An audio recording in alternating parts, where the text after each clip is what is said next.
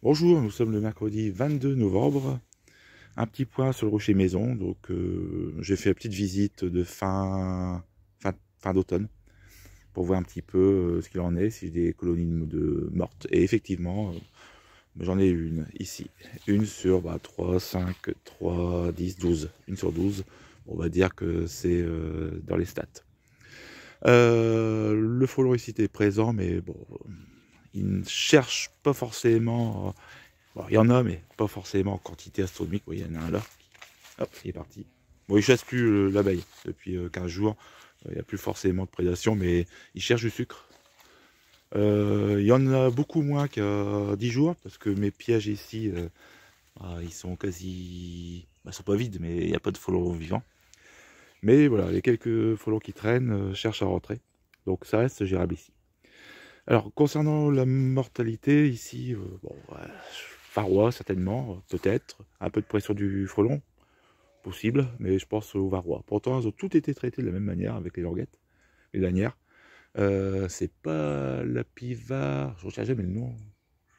Bon, c'est l'autre.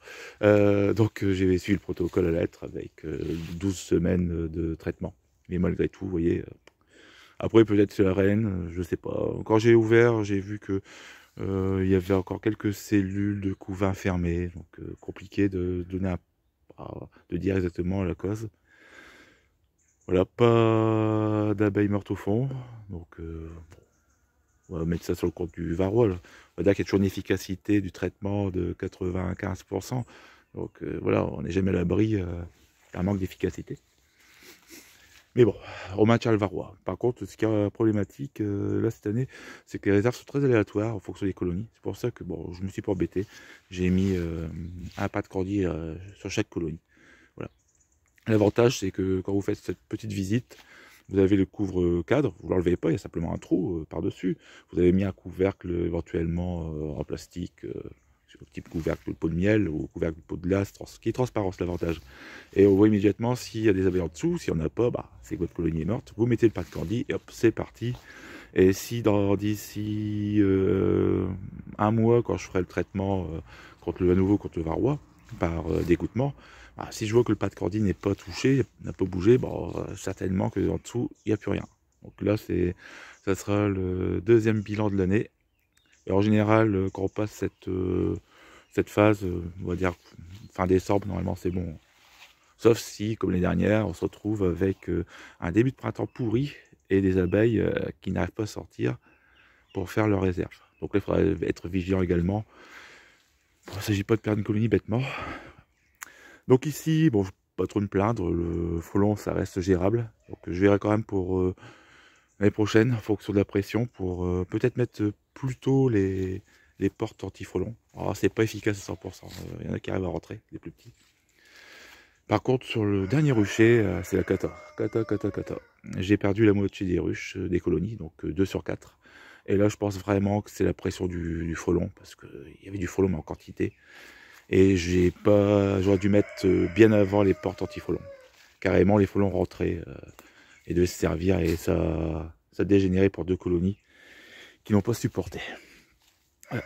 Donc, à l'intérieur, vous voyez, gros pillage. Ils se sont servis. Voilà. Donc, faut trouver des solutions.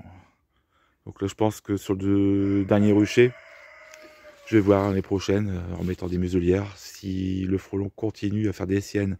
Alors, c'est pas forcément l'été. C'est vraiment à partir de mi-septembre. Ça devient horrible. Vous avez un pic en population. Et c'est là qu'on a la prédation la plus importante. À courant septembre. Et après, vous avez en plus la recherche de sucre. Donc les frelons tournent. Cherche pas simplement à prendre des abeilles. Ça sera pas encore. C'est pas encore le plus gênant d'avoir un frelon ou deux qui chasse, mais c'est vraiment les frelons plus derrière qui cherchent aussi à rentrer. Et donc le mois d'octobre, c'est folklorique. Puis bon, même là, tout à l'heure j'y suis allé, on arrive fin novembre, il y a encore des frelons, 5-6 frelons qui traînent et qui essayent de rentrer. Donc au final, alors qu'ici il peut y avoir des abeilles qui sortent, de l'autre côté, il n'y a rien qui sort. Elles sont, on va dire, tétanisées. Voilà, donc compliqué. Donc il faut trouver des solutions.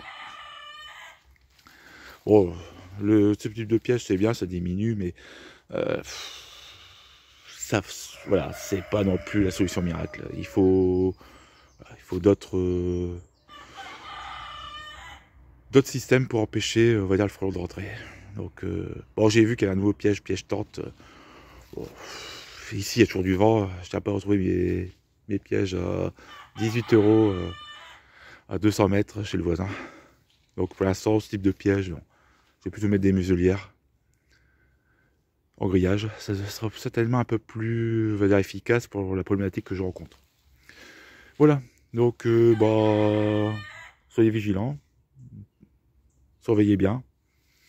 Et puis, bon, normalement, elle devrait passer l'hiver. On a fait le plus dur. Allez, à bientôt.